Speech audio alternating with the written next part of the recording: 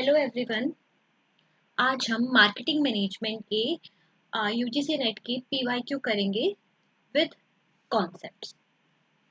देखिए, question start करते हैं। एक कंपनी ने प्राइस रखा है 1 लीटर बॉटल का, जो कि मिनरल वाटर की ₹20, और उसी सेम वाटर को जब कंपनी एक मॉइस्चराइजर स्प्रे में डालकर बेच रही है तो वो ₹50 में बेच रही है। तो ये कौन सी प्राइसिंग प्रैक्टिसेस है, ये बताना है। तो ये करके सारे प्राइसिंग को समझते हैं हम। देखिए, सबसे पहला है customer segment pricing. Customer segment pricing में क्या होता है, जो प्रोडक्ट होता है, प्रोडक्ट,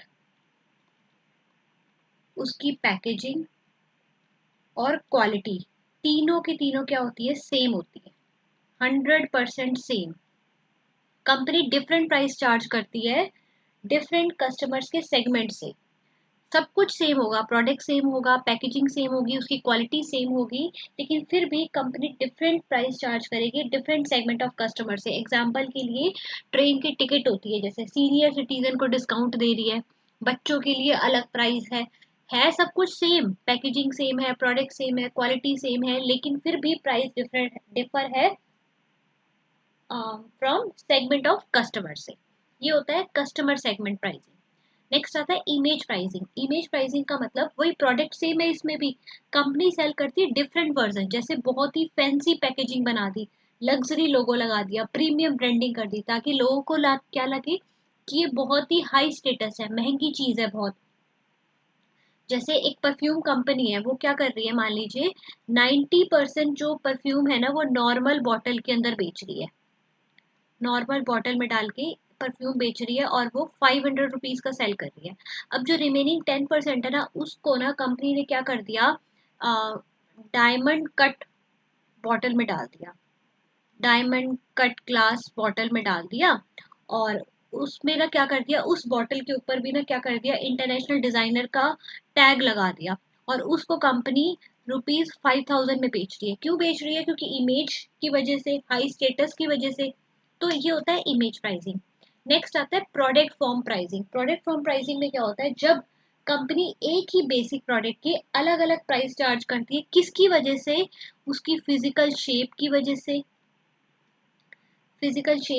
से, कंटेनर की वजह से, या फॉर्मेट की वजह से। जब कंपनी प्राइस डिफर चार्ज कर रही है, जैसे इस क्वेश्चन में हुआ, सेम चीज है लेकिन उसकी फिजिकल शेप या फॉर्मेट चेंज कर दिया। सेम वाटर बॉटल को किस में डाल दिया, मॉइस्चराइजर स्प्रे में डाल दिया। मॉइस्चराइजर स्प्रे में डालने की वजह से उसका क्या कर दिया, फॉर्म चेंज कर दिया ना, फॉर्मेट चेंज कर दिया। नेक्स्ट है मार्कअप प्राइसिंग। मार्कअप प्राइसिंग का मतलब क्या होता है, कि एक मैथमेटिकल फॉर्मूला के अकॉर्डिंग होता है, कि इसमें प्राइस जो है वो सेट किया जाता है कॉस्ट प्लस जो फिक्स्ड प्रॉफिट का मार्जिन है, फिक्स्ड प्रॉफिट परसेंटेज होगा ना, उसकी वजह से जो है फाइनल प्राइस सेट किया जाता है, उसके हिसाब से फाइनल प्राइस सेट होता है इसमें। तो इसका करेक्ट आंसर बनेगा आपका product form pricing. Next question है, arrange the given component task to be handled in positioning in the logical sequence। देखो, आपको इसमें क्या बताना है, ब्रांड पोजिशनिंग के बारे में बात कर रहे हैं ये। तो ब्रांड पोजिशनिंग की आपको सीक्वेंस बतानी है। देखो, इसको एक एग्जांपल से समझते हैं ब्रांड पोजिशनिंग को। जैसे हमने लिया एप्पल का एग्जांपल लेते हैं, एप्पल के आईफोन के बारे में बात करते हैं। तो एप्पल का जो आईफोन है, उसमें सबसे पहले जो ये क्या करेंगे एप्पल वाले, मतलब सबसे पहले अपने कॉम्पिटिटर को एनालाइज करेंगे। और जैसे कि इनके कॉम्पिटिटर क्या हुए, जैसे एप्पल देखता है कि सैमसंग, जियोमी, ओप्पो, ये सब क्या ऑफर कर रहे हैं।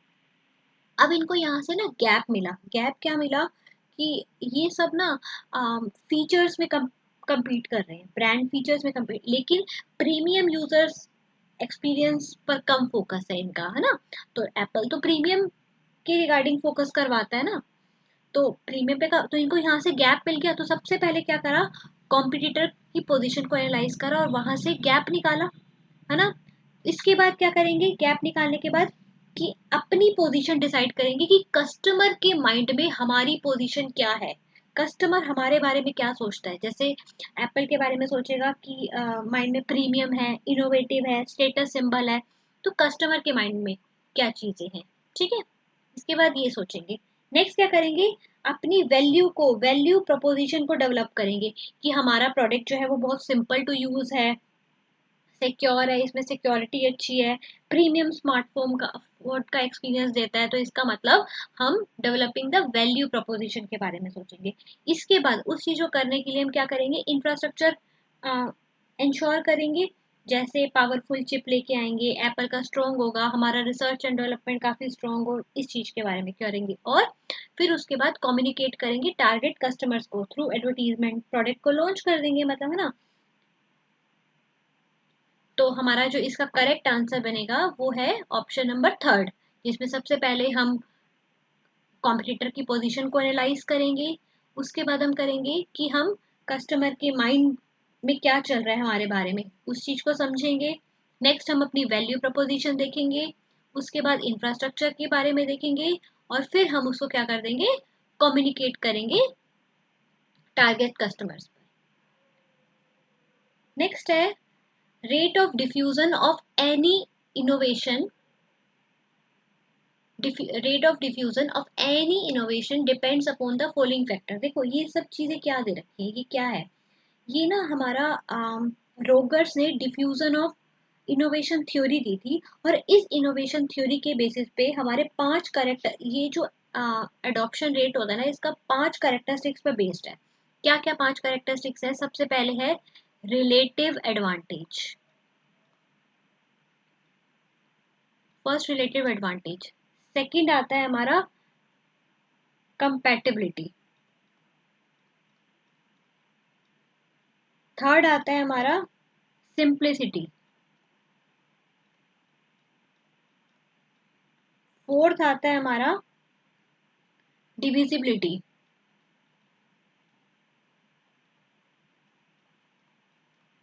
और फिफ्थ है हमारा कम्युनिकेबिलिटी।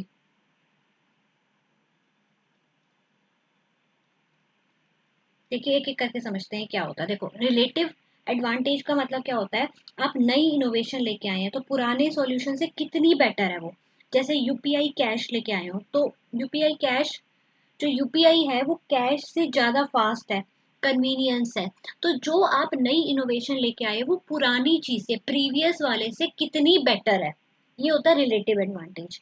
इसके बाद है कंपैटिबिलिटी। कंपैटिबिलिटी का मतलब कि इनोवेशन एग्जिस्टिंग वैल्यूज, हैबिट्स या लाइफस्टाइल के साथ कितनी मैच करती है। कि मतलब आज की चीज़ जो आप इनोवेशन लेके आए हो वो हमारे हमारे जो एग्जिस्टिंग हमारी वैल्यूज हैं, हमारे नॉर्म्स हैं, उसके साथ कैसे वो मैच कर रही है। उसके बाद जो आप इनोवेशन लेके आए हो वो सिंपल होना चाहिए, इजीली उसको अडॉप्ट कर पाए लोग। इसके बाद जो इनोवेशन है वो डिविजिबिलिटी होनी चाहिए, मतलब कैसे, ट्रायलिबिलिटी, मतलब उसको ट्रायल बेसिस पर भी यूज किया जा सकते हैं। जैसे एग्जांपल के लिए नेटफ्लिक्स का फ्री ट्रायल दे दो आप, है ना। तो इनोवेशन में डिविजिबिलिटी होनी चाहिए, मतलब उसको क्या, इनोवेशन को पहले ट्रायल बेसिस पर यूज कर सकते हैं, ये बात कर रहे हैं। और कम्युनिकेबिलिटी का मतलब इनोवेशन के बेनिफिट्स दूसरों को कितने क्लियरली दिखते हैं, कि आप कितने अच्छे से उसके एडवांटेजेस लोगों को बता पा रहे हैं। तो ये 5 कैरेक्टरिस्टिक्स होते हैं, या 5 ये जो कैरेक्टरिस्टिक्स है इस पर डिपेंड करती है हमारी इनोवेशन की अडॉप्शन रेट। तो देखिए इसमें क्या दे रखा है, relative advantage, compatibility, lack of complexity. Complexity का मतलब कि जो मतलब सिंपल नहीं है, तो यहाँ यही बात करें ना, लैक ऑफ कॉम्प्लेक्सिटी इसका मतलब सिंपल है, तो ये भी सही है। डिविजिबिलिटी और कम्युनिकेबिलिटी, इसका मतलब आपका करेक्ट आंसर क्या बनेगा, option number third. Next question दे रखा है, which one of the following is not an issue of conceptual component of CRM program। CRM program का मतलब क्या होता है, CRM का मतलब कस्टमर रिलेशनशिप मैनेजमेंट। अब ये क्या होता है, ये एक बिजनेस की स्ट्रेटेजी होती है जिसका पर्पस होता है कस्टमर के साथ लॉन्ग टर्म रिलेशनशिप बिल्ड करना, मेंटेन करना और इम्प्रूव करना। जैसे राइट कस्टमर को राइट प्रोडक्ट मिले, राइट टाइम पर प्रोवाइड हो, ताकि लॉन्ग टर्म लॉयल्टी क्रिएट कर सके हम, है ना। जैसे अमेजोन है, आपकी प्रीवियस परचेजेस देखकर रिकमेंडेशन देता है, ईमेल्स भेजता है, कंप्लेंट सॉल्व करता है। तो ये क्या है, ये सब क्या है, सीआरएम है, कस्टमर रिलेशनशिप मैनेजमेंट है। अभी जो कस्टमर रिलेशनशिप मैनेजमेंट है ना, ये आपकी इसकी जो क्लासिफिकेशन होती है, इसकी 3 टाइप की क्लासिफिकेशन है। क्या क्या, सबसे पहला आता है कॉन्सेप्चुअल, सेकंड है आपका मैनेजीरियल, और थर्ड है आपका टेक्नोलॉजिकल। देखो कॉन्सेप्चुअल के अंदर क्या होगा, कस्टमर फर्स्ट, मतलब आप कस्टमर के बारे में, कस्टमर क्या सोचता है, जैसे कस्टमर सेंट्रिक कल्चर लेके चले हम, लॉन्ग टर्म रिलेशनशिप बिल्ड करें, कस्टमर सेटिस्फेक्शन, लॉयलिटी, इन सब में आएगा, है ना। मैनेजियल में क्या आएगा, काम आपको कैसे करवाना है, काम कैसे होगा, टीम कोऑर्डिनेशन से, कस्टमर सर्विस मैनेजमेंट की बात कर रहा है ये, यहाँ पर प्रोसेस के बारे में बात हो रही है, पीपल के बारे में बात हो रही है। और टेक्नोलॉजिकल में कौन सा जो CRM है, कस्टमर रिलेशनशिप मैनेजमेंट टूल का यूज होगा। टेक्नोलॉजिकल सिलेक्शन के बारे में बात करते हैं, यहाँ पर डेटाबेस के बारे में बात होता है, या CRM सॉफ्टवेयर के बारे में बात होती है यहाँ पर। तो देखिए आपसे पूछा क्या है कि विच of the following is not an issue, कौन सा इसमें से कॉन्सेप्चुअल कंपोनेंट नहीं है। तो जो फर्स्ट सबसे पहले दिखाई दे रखा है, चूजिंग द टेक्नोलॉजी, टेक्नोलॉजी को चूज करना। टेक्नोलॉजी को चूज करना मतलब किस में आ गया, वो तो टेक्नोलॉजिकल में आ गया ना, तो कॉन्सेप्चुअल तो नहीं हुआ। बाकी सारे भी देख लेते हैं। Setting out the objectives in clear terms, processing all customer request, putting customer funds, तो ये सारे तो क्या हो गए, कॉन्सेप्चुअल हो गए, और ये क्या है हमारा, टेक्नोलॉजिकल है। तो इसका करेक्ट आंसर बनेगा option number first. Next question दे रखा है, arrange the following steps involve in designing a channel system. आपको चैनल सिस्टम के बारे में बताना है, आ, इसको अरेंज करना है, इसके स्टेप्स को। देखिए क्या दे रखा है, सबसे पहले हम क्या करेंगे, सबसे पहले हम चैनल डिजाइन को मैच करेंगे किसके साथ, कस्टमर की नीड के साथ। तो सबसे फर्स्ट पॉइंट आएगा ये। अभी क्यों आएगा, देखो सबसे पहले ना हम क्या करते हैं, आप ये देखते हैं कि कस्टमर कौन है, वो कहाँ पर रहता है, और वो कैसे खरीदना, कैसे सामान खरीदना पसंद करता है। आपने रिसर्च करी कि भाई कस्टमर जो है वो हेल्थ कॉन्शियस चीजें खरीदते हैं ज्यादा, अक्सर वो सुपरमार्केट से माल खरीदते हैं, या एक दो पैकेट ही लेते हैं। तो आप ये सब चीजें सर्च करेंगे, है ना। तो कस्टमर जो कस्टमर की नीड्स है, कस्टमर की कैरेक्टरिस्टिक्स हैं, आप उसको देखेंगे और उसके हिसाब से फिर आप चैनल को, डिजाइन को मैच करेंगे। नेक्स्ट क्या करेंगे आप, नेक्स्ट आप करेंगे कि अब आप बाहर के माहौल को भी जज करेंगे कि आपका एनवायरनमेंट क्या कहता है। अच्छा ये तो आपने कस्टमर की नीड्स को देख लिया, उसके बाद कस्टमर की नीड को देखने के बाद उनका एनवायरनमेंट, डिस्ट्रीब्यूशन एनवायरनमेंट क्या है, कि हमारे लॉ, इकोनॉमी, इंफ्रास्ट्रक्चर, इन चीज को समझेंगे। जैसे FSSAI, जैसे अगर आप टी, हर्बल टी बेचने वाले हैं तो उसके FSSAI के कुछ स्ट्रिक्ट रूल्स हैं, तो उसके क्या रूल्स हैं उसको समझोगे, है ना। तो लीगल या फाइनेंशियल में कोई दिक्कत ना आए, तो ये सारे इन्वायरमेंट को समझेंगे आप। ठीक है, इन्वायरमेंट को समझने के बाद क्या करेंगे आप, उसको कॉम्पिटिटर के जो चैनल्स हैं उसको इवेलुएट करेंगे कि कॉम्पिटिटर किस तरीके से बेचते हैं। जैसे एग्जांपल के लिए जैसे टी है, तो बड़ी बड़ी ब्रांड्स है जैसे लिप्टन या ट्विनिंग्स या और भी कोई बड़ी बड़ी ब्रांड्स है, तो वो क्या करते हैं, वो छोटी मोटी बड़ी सारी दुकानों पे बिकती हैं। लेकिन जो ऑर्गेनिक ब्रांड्स हैं, जो नए नए ब्रांड्स आ रही है ऑर्गेनिक, वो सिर्फ प्रीमियम वेल स्टोर पर बिकती हैं, है ना, या अपनी खुद की वेबसाइट पर बेचते हैं वो। तो हमने क्या करा, कॉम्पिटिटर को एनालाइज करा, उसको इवेल्युएट करा कि वो क्या करते हैं। फिर उसके बाद क्या करेंगे, हम अपना चूज करेंगे कि हमें क्या करना है, हमें क्या हमें हमें अगर अपना चूज करेंगे तो choosing the channel intensity and number of tyres, मतलब हमें क्या डायरेक्ट सेल करना है या इनडायरेक्ट सेल करना है, जैसे बीच में रिटेलर्स होंगे, होलसेलर होंगे, ऐसे सेल करना है, या फिर हमें डायरेक्टली सेल करेंगे। या चैनल इंटेंसिटी में क्या आएगा कि जैसे हमें इंटेंसिव, चैनल इंटेंसिव में इंटेंसिव बेचना है, इंटेंसिव, या सेलेक्टिव बेचना है, सेलेक्टिव डिस्ट्रीब्यूशन करना है, या फिर हमें एक्सक्लूसिव डिस्ट्रीब्यूशन करना है। देखो ये क्या होता है, इंटेंसिव का मतलब होता है आपका प्रोडक्ट हर जगह पे बेचना। ठीक है, सेलेक्टिव का मतलब एक जो सेलेक्ट कर रखी है उसी जगह पे आपका प्रोडक्ट बिकेगा, सारी जगह पे आपका प्रोडक्ट नहीं बिकेगा। ठीक है, या फिर आपको आपने सिर्फ एक एक दो खास दुकान ही पकड़ रखी है, वहीं पर ही आपको बेचना है, एक्सक्लूसिव स्टोर पर ही, जो आपका एक्सक्लूसिव स्टोर होगा वहीं पर आप बेचना चाहोगे। तो आपको कौन सी, कहाँ पर, किस तरीके से आपकी चैनल इंटेंसिटी होगी, कहाँ पर आपको बेचना है। और उसके बाद क्या करेंगे आप, ये सब करने के बाद हम करेंगे, इवेलुएट करेंगे, शॉर्टलिस्ट करेंगे अल्टरनेट डिजाइन को और सेलेक्ट कर लेंगे बेस्ट वन को। तो इसका करेक्ट आंसर आपका बनेगा option number second.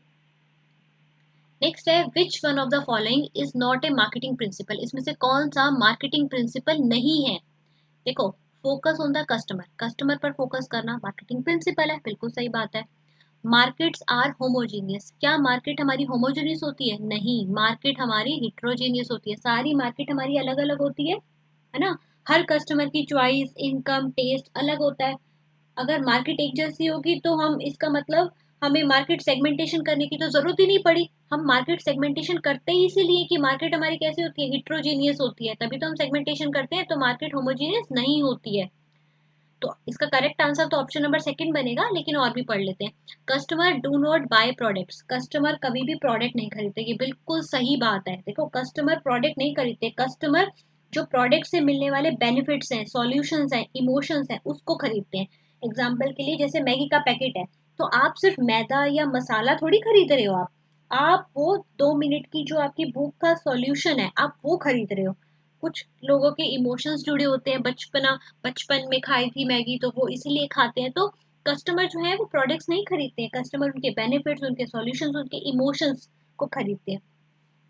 Market is too important to leave to the marketing department, marketing जो है वो सिर्फ मार्केटिंग डिपार्टमेंट के लिए नहीं, सबके लिए ही इम्पोर्टेंट होता है। कैसे? देखो, जैसे एग्जांपल के लिए एक एक कंपनी ने ना क्या करा, टीवी बनाया और बहुत अच्छा टीवी बनाया, उसको ऐड बहुत अच्छे से करा, मार्केटिंग डिपार्टमेंट का काम था ऐड करना, उसको एडवर्टाइज करा। और फिर क्या हुआ कि मान लीजिए मुझे कोई प्रॉब्लम आ गई तो मैंने कस्टमर केयर को कॉल करा। अब कस्टमर केयर को कॉल करा तो उन्होंने बहुत गंदे तरीके से मुझसे बात करी। तो इस वजह से उनकी ब्रांड इमेज में तो खराब होगी। तो क्या मार्केटिंग करना सिर्फ मार्केटिंग डिपार्टमेंट के लिए जरूरी है? नहीं, सबके लिए ही जरूरी है, पूरे ऑर्गेनाइजेशन के लिए जरूरी है। तो ये भी एक मार्केटिंग का प्रिंसिपल है। तो इसका करेक्ट आंसर बनेगा option number second. Next question दे रखा है which one of the following cost value price trio, manufacture के हिसाब से कौन सा कॉस्ट वैल्यू प्राइस ट्रायो है। देखो, सबसे पहले इसका मतलब समझते हैं क्या होता है। वैल्यू का मतलब क्या होता है, कस्टमर के हिसाब से उस प्रोडक्ट की क्या अहमियत है, क्या वैल्यू है, यानी कस्टमर को क्या लगता है कि उस सामान आ, उसके कितने काम आएगा, कितने वर्थ इट है। प्राइस का मतलब क्या होता है, एक्चुअल प्राइस क्या कस्टमर ने उसको दिया है, ठीक है। और कॉस्ट का मतलब उसको मैन्युफैक्चर करने में, उसको प्रोडक्ट को बनाने में, पैक करने में, मार्केट तक पहुंचाने में कितनी उसकी लागत लगी है, टोटल खर्चा उसका कितना आया है, ठीक है। इसका तीनों का मतलब ये है। अब देखिए, अब एक बात बताइए, अगर किसी प्रोडक्ट की वैल्यू ज्यादा है और प्राइस जो है वो कम है, तो क्या ये सही है? देखो, एग्जाम्पल के लिए कि अगर मान लीजिए किसी चीज की कीमत है मान लीजिए 10 रुपीज, और मेरे को लगता है अरे ये सामान तो बहुत अच्छा है, बहुत वर्थ इट है, मेरे काम का सामान है, इसका मतलब कस्टमर तो बहुत हैप्पी हो जाएगा ना, क्योंकि उसकी वैल्यू ज्यादा है, उसकी वर्थ इट ज्यादा है, मेरे बहुत काम का प्रोडक्ट है, प्राइस मेरे को कम लग रहे हैं उसके, उसकी वैल्यू बहुत ज्यादा है, बहुत काम का प्रोडक्ट है, तो इसका मतलब ये कस्टमर सरप्लस है, कस्टमर इससे बहुत हैप्पी होगा, है ना। और अगर किसी चीज की कॉस्ट जो है वो कम होगी और प्राइस ज्यादा होगा, ये मैन्युफैक्चर के लिए बहुत अच्छा है ना, कि अगर उसको बनाने में हमें 10 रुपए लग रहे हैं और कस्टमर का जो मैन्युफैक्चर है उसको 12 रुपीज में बेच रहा है, इसका मतलब ये मैन्युफैक्चर का तो प्रॉफिट मार्जिन आ रहा है ना इसमें, मैन्युफैक्चर के लिए बहुत अच्छा है, ये बहुत खुश होगा मैन्युफैक्चर, क्योंकि इसका प्रॉफिट मार्जिन आ रहा है 2 रुपीज का, है ना। तो हमारे लिए देखो ऑप्शंस देखते हैं कौन सा सही होगा। देखिए, किसी चीज की वैल्यू वर्थ इट बहुत है, ठीक है, प्राइस उसकी कीमत कम है इससे, और कॉस्ट इससे भी कम आ रही है, तो मैन्युफैक्चर के लिए जिसमें कॉस्ट कम है और प्राइस ज्यादा है वो बेटर होगा। और कस्टमर लॉयल भी बनेगी, क्यों? क्योंकि उसकी वैल्यू ज्यादा है, कस्टमर को लग रहा है कि बहुत अच्छा प्रोडक्ट है ये। तो इसका जो करेक्ट आंसर बनेगा वो ऑप्शन नंबर फर्स्ट बनेगा। देखिए, बाकी भी देख लेते हैं एक बार। जिसकी प्राइस ज्यादा है और वैल्यू कम है, ये तो कस्टमर सेटिस्फाई नहीं होगा, वो कह रहा है इसकी तो वर्थ इट है ही नहीं, मेरे को ज्यादा पे करना पड़ रहा है ना।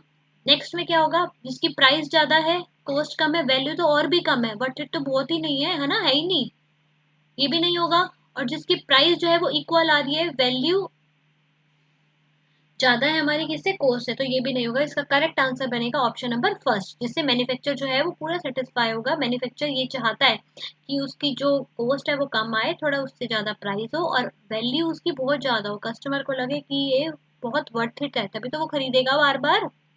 तो करेक्ट आंसर है ऑप्शन नंबर फर्स्ट। नेक्स्ट है an appeal that elaborates on ए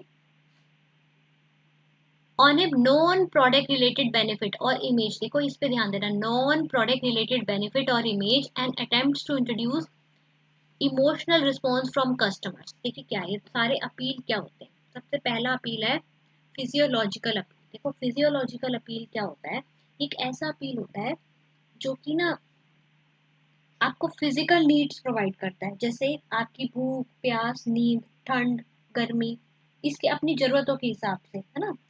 जैसे बहुत तेज गर्मी है, तो गर्मी में क्या चाहिए आपको, ठंडे पानी या एसी, है ना। इसकी ऐड देखना और फिर उसके हिसाब से आप उसको खरीद रहे हैं। जैसे कोल्ड ड्रिंक है, वो अपनी आपकी प्यास को बुझाएगा, तो ये क्या है, आपकी नीड को फुलफिल कर रहा है ना, जो आपको फिजिकल नीड है उसको फुलफिल कर रहा है। तो यहाँ पर इससे रिलेटेड कुछ बात की गई है, नहीं की गई। इंफॉर्मेशन अपील, इंफॉर्मेशन अपील में क्या होता है कि आपको इंफॉर्मेशन दी जाती है सीधा सीधा प्रोडक्ट के बारे में, कि प्रोडक्ट के फीचर्स क्या है, एक्चुअल फीचर्स क्या है। जैसे आपका जो टूथपेस्ट है, इसमें नमक है, 99% जर्म्स को मारता है, ये कैविटी से बचाता है, तो सीधा सीधा आपको इन्फॉर्मेशन दी जा रही है प्रोडक्ट के बारे में। तो ऐसा भी कुछ बात नहीं कही गई यहाँ पर। सोशियोलॉजिकल अपील, इसमें क्या होता है, आपके सोशल स्टेटस के बारे में बता रहा है कि अगर आप ये पहनोगे, ये लग्जरी कार आप यूज करोगे, प्रीमियम वॉच आप वियर करोगे, तो आपका जो स्टेटस है वो सिंबल अच्छा दिखेगा। तो ऐसी भी कोई बात नहीं कही गई यहाँ पर, है ना। तो इसका आंसर ये भी नहीं होगा, ये भी नहीं होगा, ये भी नहीं होगा। देखो अब ट्रांसफॉर्मेशन अपील क्या होती है। ट्रांसफॉर्मेशन अपील पे ये होता है कि यहाँ पर नॉन प्रोडक्ट रिलेटेड के बारे में बात की जाती है, क्या कि इमोशनल फीलिंग, उसकी गहराई के बारे में। जैसे क्या, उसके प्रोडक्ट के बारे में सीधा सीधा नहीं बता रहे, आपको ये बताएंगे जैसे कैडबरी डेयरी मिल्क है, तो वो क्या है, उसके या तो आपको बताएं कि भाई उसके चॉकलेट्स में क्या क्या इंग्रेडिएंट्स डले हुए हैं, उसके टेस्ट के बारे में बताएं। ऐसा कुछ बात नहीं कर रहे। वो क्या बात कर रहे हैं, वो ये बात कर रहे हैं कि रिश्तों की मिठास, खुशियों का त्योहार। इसका मतलब इसको इमोशंस के साथ जोड़ दिया ना। कुछ प्रोडक्ट से रिलेटेड कुछ चीजें नहीं बता रहे ना, ना उसकी इमेज के बारे में, प्रोडक्ट से रिलेटेड कोई भी बेनिफिट नहीं बता रहे। तो ये होता है ट्रांसफॉर्मेशनल अपील। तो यहीं दे रखा है non product related benefit, product से रिलेटेड कोई बेनिफिट नहीं बता रहे, ना ही कोई इमेज और इमोशनल रिस्पॉन्स के बारे में बता रहे। तो ये क्या होता है, हमारा ट्रांसफॉर्मेशनल अपील होता है। तो इसका करेक्ट आंसर है option number fourth. Next question है, arrange the following new product process. हमें क्या बताना है, न्यू प्रोडक्ट प्लानिंग प्रोसेस के बारे में, न्यू प्रोडक्ट डेवलपमेंट बोल सकते हैं, उसके स्टेप्स बताने हैं हमें, ठीक है। तो सबसे पहला है, देखो सबसे पहले क्या करेंगे, जब हम एक नया प्रोडक्ट को डेवलप करते हैं तो सबसे पहले हम आइडिया जनरेट करते हैं ना। आइडिया कैसे, कि भाई मुझे ये बनाना है, इसमें क्या होगी, मेरी ब्रेन स्टॉर्मिंग होगी, मुझे ये करना है, मुझे वो करना है ना। तो काफी सारे आइडियाज आते हैं, 10 आइडिया आ गए, हम ये चीजें कर सकते हैं। तो सबसे पहले हम आइडिया जनरेट करते हैं, इसमें कोई रिस्ट्रिक्शंस नहीं होती, काफी सारे आइडियाज आ जाते हैं। अब देखो काफी सारे आइडियाज आएंगे, तो उसमें से कुछ ही तो सेलेक्ट करोगे जो आपको सही लगेगा, तो इसका मतलब इसी आइडिया को आप फिल्टर करोगे, है ना। और जो रियलिस्टिक आइडिया है उसी को आगे लेके जाओगे, तो इसका मतलब इस आइडिया को पहले सबसे पहले जनरेट करते हो और फिर उसके बाद क्या करोगे, आइडिया को स्क्रीनिंग करोगे। स्क्रीनिंग में क्या करते हैं, हम आइडिया को फिल्टर करते हैं, रियलिस्टिक आइडिया को आगे लेके जाते हैं, ठीक है। उसके बाद हम कॉन्सेप्ट डेवलप करेंगे और टेस्ट करेंगे। कॉन्सेप्ट डेवलप मतलब कि पेपर पर प्लान बनाना और चेक करना कि ये चीज़ें सही है नहीं है। जैसे यानी प्रोडक्ट को देखेंगे, प्रोडक्ट कैसा है, उसके फीचर्स क्या होंगे, किस प्राइस पर वो बिकेगा, है ना। और फिर कस्टमर्स के छोटे से ग्रुप पर उसको टेस्ट भी किया जाता है, उनसे फीडबैक भी लिया जाता है, ठीक है। तो टेस्टिंग भी होती है। उसके बाद हम क्या करेंगे, मार्केट स्ट्रेटेजी डेवलपमेंट, बेचने का पूरा प्लान तैयार करेंगे। इसकी जो 4P होते हैं ना हमारे, product line, product price place और प्रमोशन, वो तैयार करेंगे, ठीक है। इसका साल का सेल टारगेट क्या होगा, प्राइसिंग स्ट्रेटेजी क्या होगी, ये सब सेट करेंगे। और फिर लास्ट में बिजनेस को एनालाइज करेंगे, भाई इस चीज को बनाने में मेरा कितना फायदा है, कितना नुकसान है ना। फाइनेंस जो टीम है, अगर वो बोलती है कि ये चीजें सही है तो हम बनाएंगे, अदरवाइज हम इसको मैन्युफैक्चर नहीं करेंगे। तो इसका करेक्ट आंसर होगा ऑप्शन नंबर सेकेंड। नेक्स्ट है हमारा which of the following are the price adoption strategies? कौन सी हमारी प्राइस एडॉप्शन स्ट्रेटेजीज है? देखिए हमारी जो प्राइसिंग की स्ट्रेटेजीज होती है वो तीन टाइप की होती है। एक आती है हमारी बेस प्राइस स्ट्रेटेजी,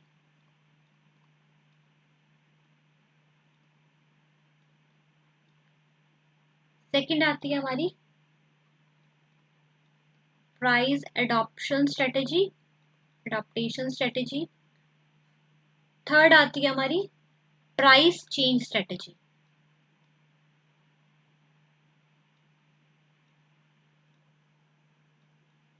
ठीक है, अब आपसे पूछा गया है कि इसमें से कौन सी प्राइस एडॉप्टेशन स्ट्रेटेजी कौन सी है, तो समझ लेते हैं। देखो बेस स्ट्रेटेजी में क्या आएगा? बेस स्ट्रेटेजी मतलब जब हम प्रोडक्ट को लॉन्च करते हैं ना, तो प्रोडक्ट को लॉन्च करते टाइम ही हम यहाँ पर प्राइस को डिसाइड कर लेते हैं। ठीक है, इसमें आ जाता है हमारा सबसे फर्स्ट आएगा बेस प्राइस स्ट्रेटेजी में cost based pricing. Cost based pricing में क्या होगा कि कॉस्ट प्लस कुछ प्रॉफिट का मार्जिन हम सेट कर लेते हैं और उसके बेसिस पे क्या करेंगे, हम प्राइस को डिसाइड कर लेंगे। सेकंड आता है इसी के अंदर value based pricing. Value based pricing का मतलब कस्टमर जितनी वैल्यू परसीव कर रहा है उसके अकॉर्डिंग हम प्राइस सेट करेंगे। थर्ड आता है हमारा कंपटीशन बेस्ड प्राइसिंग, मतलब कॉम्पिटिटर के हिसाब से जो कॉम्पिटिटर हैं हमारे वो कंपटीशन में जो बाकी राइवल फर्म्स हैं, कॉम्पिटिटर्स जो हैं हमारे, वो प्राइस कितना रख रहे हैं उनके बेसिस पे हम प्राइस रख सकते हैं। और फोर्थ आता है इसके अंदर new product pricing. New product pricing मतलब जब नए प्रोडक्ट की हम प्राइस सेट करते हैं, नए प्रोडक्ट की प्राइस सेट करते हैं तो उसमें स्कीमिंग या फिर पेनिट्रेशन का यूज करते हैं। स्कीमिंग में क्या होता है, जब हम नया प्रोडक्ट लॉन्च कर रहे हैं तो इनिशियली उसका प्राइस काफी हाई होता है, क्योंकि जैसे ये मोस्टली टेक्नोलॉजिकल टेक्निकल जो चीजें होती हैं जैसे लैपटॉप हो गया, फोन हो गया, इसमें होता है कि भाई कोई और कॉम्पिटिटर है नहीं, हम बेच रहे हैं तो मार्केट की क्रीम लेना, तो इनिशियली प्राइस हाई रखते हैं स्कीमिंग में। और पेनिट्रेशन में क्या होता है, जब एग्जिस्टिंग मार्केट में काफी ज्यादा कंपटीशन होता है तब हमें प्राइस लो रखने पड़ते हैं, तो इनिशियली पेनिट्रेशन के अंदर प्राइसेस काफी रखते हैं, लो रखते हैं। ठीक है, ये हुआ बेस प्राइस स्ट्रेटेजी।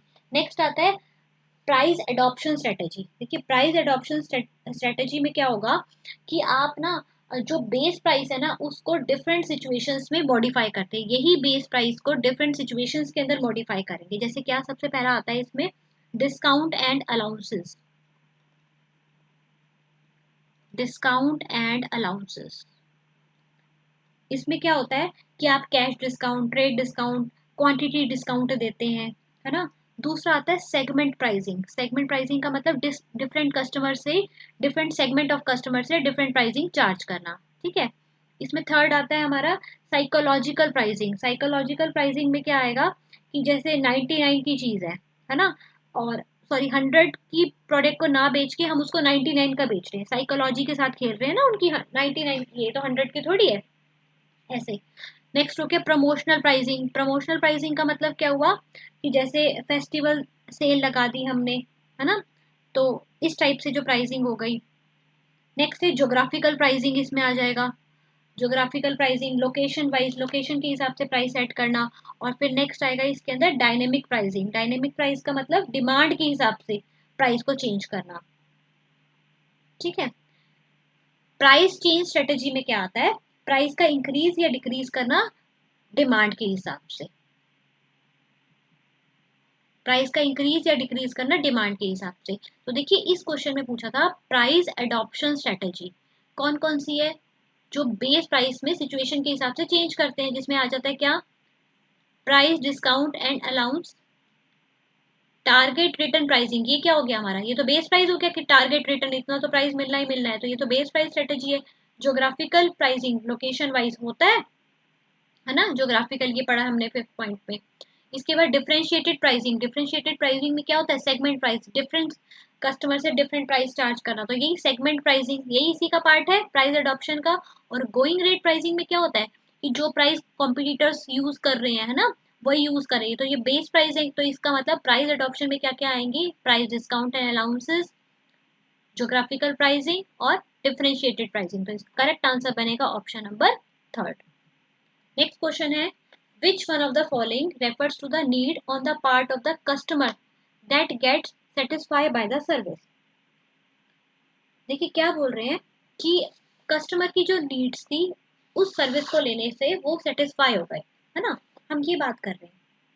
तो ऐसी कौन सी नीड है? देखो सबसे इसको बोलते हैं, इसका जो करेक्ट आंसर है वो ऑप्शन नंबर फर्स्ट है। देखो इसका मतलब क्या होता है कि जो एक्चुअल नीड है, जो प्रॉब्लम है या जो डिजायर है कस्टमर की, वो फुलफिल हो रही है किससे? सर्विस से। तो यही तो बात बोली है कि जो नीड है उनकी कस्टमर की वो सेटिस्फाई हो रही है किससे? सर्विस से। तो ये होता है सर्विस बेनिफिट। अब इसको समझ लेते हैं क्या क्या होता है बाकी।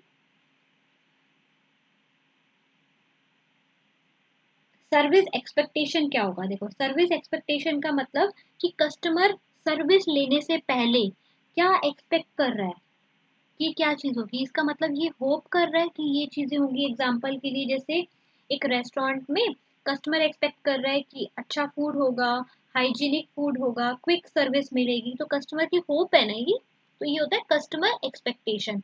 Customer sorry service offer. Service offer का मतलब कि क्या क्या सर्विस ऑफर की जा रही है, उसमें पैकेज क्या क्या होंगे।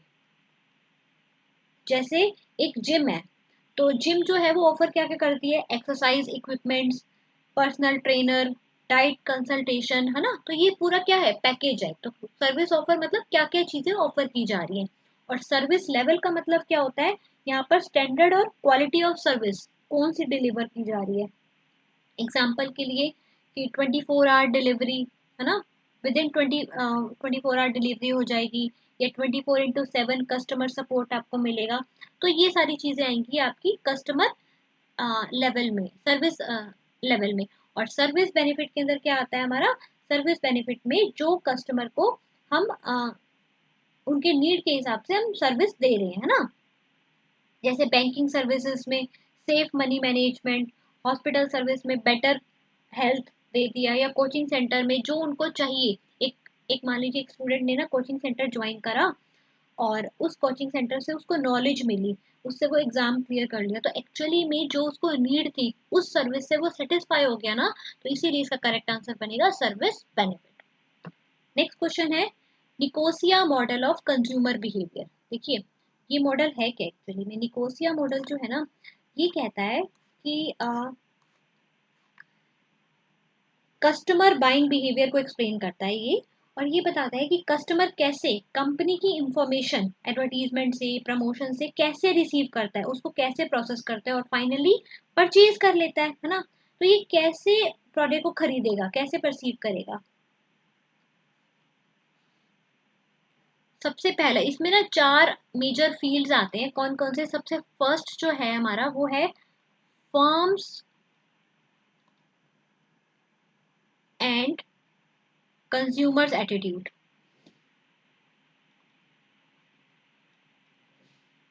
एट्रीब्यूट्स, ठीक है।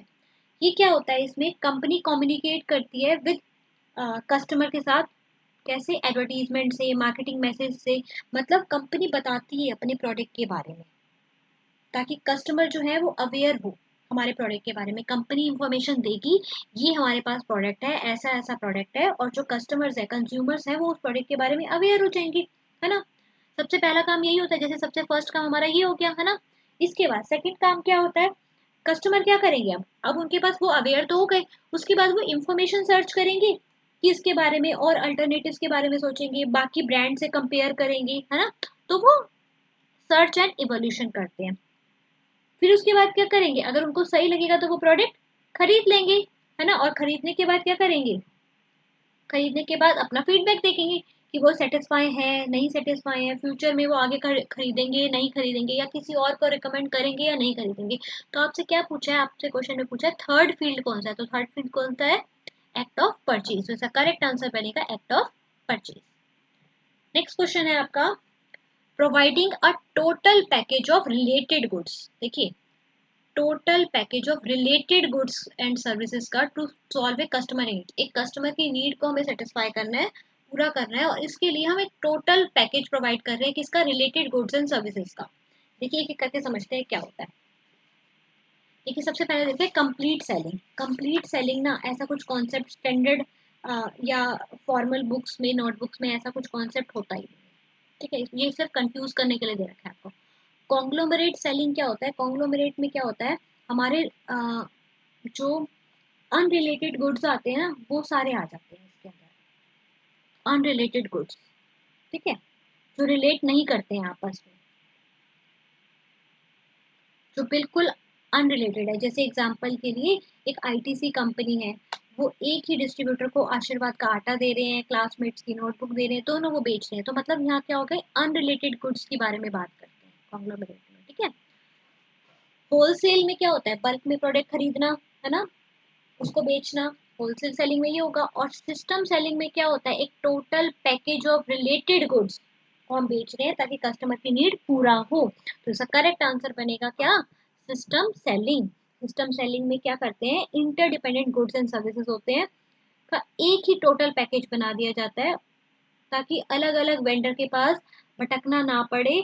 आप एक ही सेलर से पूरा सिस्टम आपको तैयार मिल जाए, टोटल पैकेज आपको मिल जाए। तो ये है, इसका करेक्ट आंसर बनेगा सिस्टम सेलिंग। ये आज की वीडियो का लास्ट क्वेश्चन है। इस क्वेश्चन का आंसर आपको कमेंट बॉक्स में देना है। होप आपको वीडियो समझ में आई हो, क्वेश्चन समझ में आए हो। Thank you.